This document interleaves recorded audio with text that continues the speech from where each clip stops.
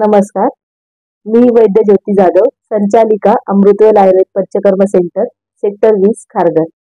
आज आपण सेक्टर 11 येथे रामनवमी निमित्त राम मंदिरामध्ये आरोग्य शिबिराचे आयोजन केलेले होते. या शिबिरामध्ये आपण मोफत डोळे तपासणी आणि मोफत आरोग्य तपासणी याचे आयोजन केलेले होते आणि अशाच प्रकारचे आयोजन आपण पुढील काळातही करणार आहोत आणि अशा शिबिरांचे आपण सगळ्यांनी लाभ घ्यावा अशी विनंती.